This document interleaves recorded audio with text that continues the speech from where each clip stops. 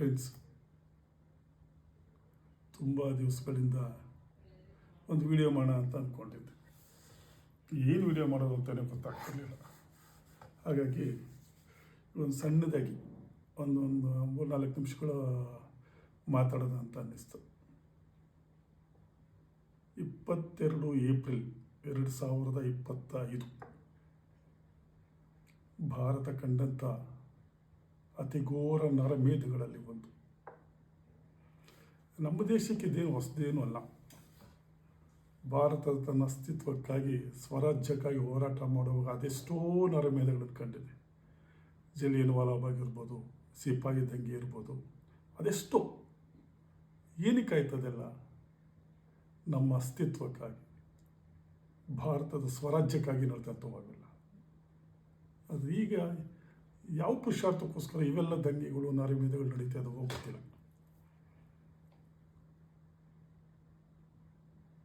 ಈ ಪ್ರತಿಯೊಬ್ಬರು ಹೇಳ್ತಿರೋದು ಏನು ಅಂದರೆ, ಭದ್ರತೆ ಸರಿ ಇರಲಿಲ್ಲ. ಅಷ್ಟೊಂದು ಜನ ಅಲ್ಲಿ ಸೇರುವಂಥ ಕಡೆ ಭದ್ರತೆಗಳು ಸರಿ ಇರಲಿಲ್ಲ. ಹೌದ್ರಿ, ಭದ್ರತೆಗಳಿರಲಿಲ್ಲ. ಈಗ ನಾವು ನಮ್ಮ ದೇಶದ ಭದ್ರತೆಯನ್ನು ಕಾಯ್ಕೋಬೇಕಾಗಿದೆ. ಘಟನೆ ನಡೆದೋಗ್ಬಿಟ್ಟಿದೆ. ಘಟನೆ ಬಗ್ಗೆ ಮಾತಾಡೋದಲ್ಲ, ಘಟನೆಯನ್ನು ಸರಿ ಮಾಡಿಕೊಳ್ಳಿಕ್ಕೆ ಮಾತಾಡಬೇಕಾಗಿದೆ. ಈಗ ಬೆಂಗಳೂರಿನಲ್ಲಿ ಅಷ್ಟೋ ದೊಡ್ಡ ಟ್ರಾಫಿಕ್ ಕಂಟ್ರೋಲ್ ಇದೆ, ಅದು ಆಕ್ಸಿಡೆಂಟ್ಗಳಾಗ್ತಾ ಇಲ್ವಾ? ಆಕ್ಸಿಡೆಂಟ್ಗೆ ನಮ್ಮ ಟ್ರಾಫಿಕ್ನೇ ಬೈಯೋಕ್ಕಾಗುತ್ತಾ?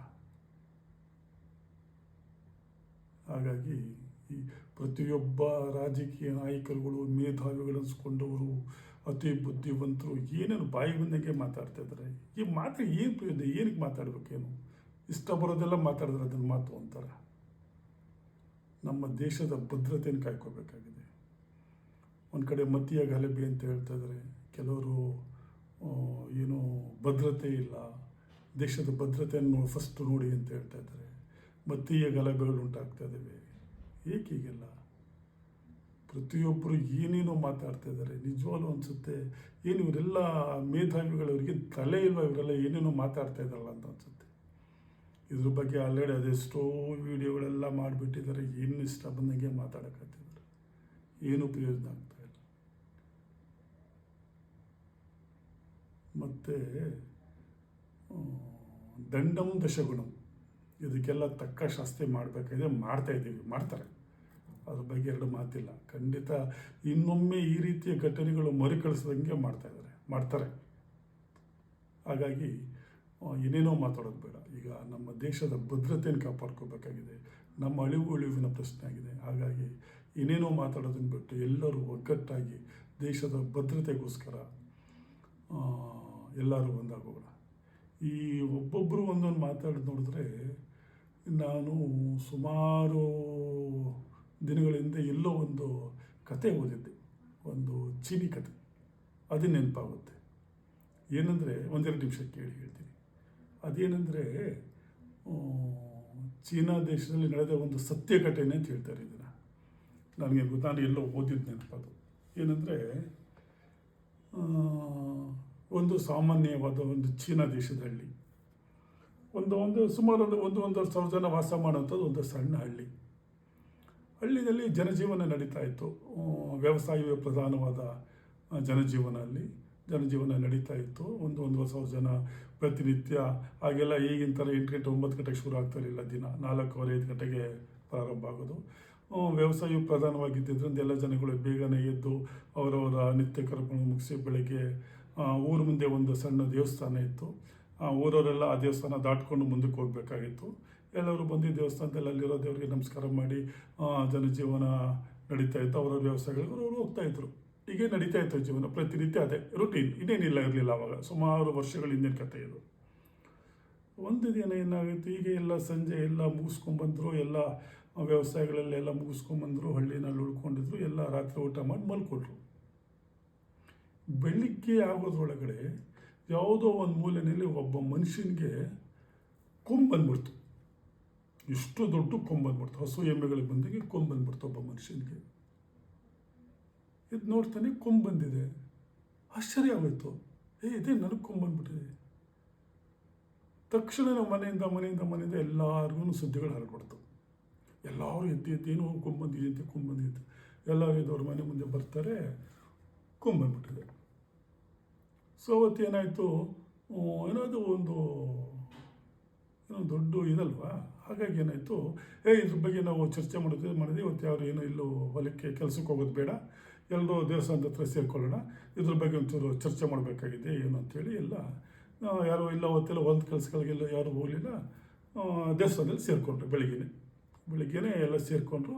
ಆ ಕೊಂಬಂದಿರೋ ಮನುಷ್ಯನ ಕರ್ಕೊಂಬಂದು ನಿಲ್ಲಿಸಿದ್ರು. ಒಬ್ಬೊಬ್ಬರು ಒಂದೊಂದು ರೀತಿ ಮಾತಾಡಿದ್ರು. ಈಗೇನೀಗ ಮಾತಾಡ್ತಾ ಇದ್ದಾರೆ ಈಗ ಜನಗಳು ನಮ್ಮಲ್ಲಿ, ಅದೇ ರೀತಿ ಒಬ್ಬೊಬ್ಬರು ಒಂದೊಂದು ಥರ ಮಾತಾಡೋಕ್ಕೆ ಶುರು ಮಾಡಿದ್ರು. ಸಂಜೆ ತನಕ ಇವ್ರ ಚರ್ಚೆಗಳೇ ಆಯಿತು. ಸಂಜೆಗೆ ಒಂದು ತೀರ್ಮಾನಕ್ಕೆ ಬಂದರು. ಏನು ತೀರ್ಮಾನಕ್ಕೆ ಬಂದರು? ಇದು ನಮ್ಮ ಹಳ್ಳಿಗೆ ಮುಂದೆ ಯಾವುದೋ ಒಂದು ದೊಡ್ಡ ಗಂಡಾಂತರ ಬರೋದಿದೆ. ಆ ಗಂಡಾಂತರಕ್ಕೋಸ್ಕರ ಈ ಮನುಷ್ಯನಿಗೆ ಈ ಥರ ನಮ್ಮ ದೇವಿನೇ ಈ ರೀತಿ ಇವನಿಗೆ ಶಿಕ್ಷೆ ಕೊಟ್ಟಿದ್ದಾಳೆ. ಇದೇ ರೀತಿ ಬಿಟ್ಟರೆ ನಮಗೆ ತೊಂದರೆ ಆಗುತ್ತೆ. ಹಾಗಾಗಿ ಇವತ್ತೇ ಇದಕ್ಕೆ ನಾವೇನಾದರೂ ಒಂದು ಸೊಲ್ಯೂಷನ್ ಕಂಡುಹಿಡ್ಕೋಬೇಕು. ಏನು ಸೊಲ್ಯೂಷನ್ನು? ಒಬ್ಬೊಬ್ಬರು ಒಂದೊಂದು ಮಾತಾಡಿದ್ರೆ ಕೊನೆ ತೀರ್ಮಾನಕ್ಕೆ ಬಂದರು. ಏನು ತೀರ್ಮಾನಕ್ಕೆ ಬಂದರು? ಹೀಗೆ ಬಿಟ್ಟರೆ ಆಗೋದಿಲ್ಲ, ಈತನ ಕಂಬಕ್ಕೆ ಕಟ್ಟಿ ಎಲ್ಲರೂ ಕಲ್ಲಲ್ಲಿ ಹೊಡೆದು ಸಾಯಿಸ್ಬಿಡ್ಬೇಕು ಅವನಿಗೆ. ಇದೇ ಸೊಲ್ಯೂಷನ್. ಎಲ್ಲರೂ ತೀರ್ಮಾನ ಮಾಡಿದ್ರು.